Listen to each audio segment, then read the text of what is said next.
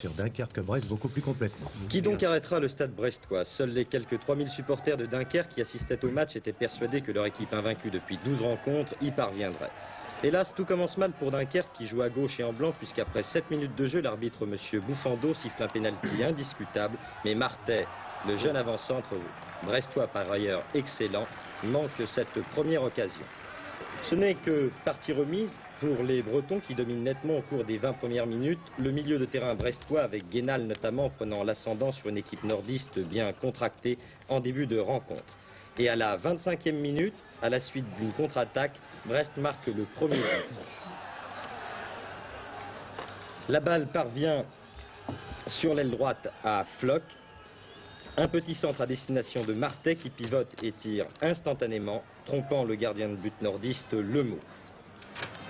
Pourtant, ce but ne décourage pas Dunkerque qui à son tour domine et se procure plusieurs occasions de but. Une première fois à la 38e minute, Van Hout s'échappe sur la droite, centre, mais Bernard, l'ex-gardien du Paris Saint-Germain, qui paraît avoir retrouvé tout son punch en Bretagne, effectue un arrêt spectaculaire.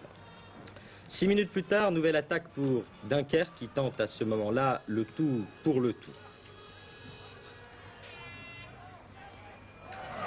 Maillet, l'avant-centre, récupère le ballon, passe à Zonquin, 1-2 avec Mallet qui se retrouve seul à l'intérieur de la surface de réparation. Hélas, le capitaine nordiste voit son tir contré une nouvelle fois par l'excellent Daniel Bernard.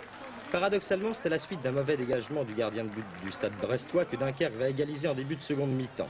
Van Hout récupère le ballon et est fauché dans les 18 mètres.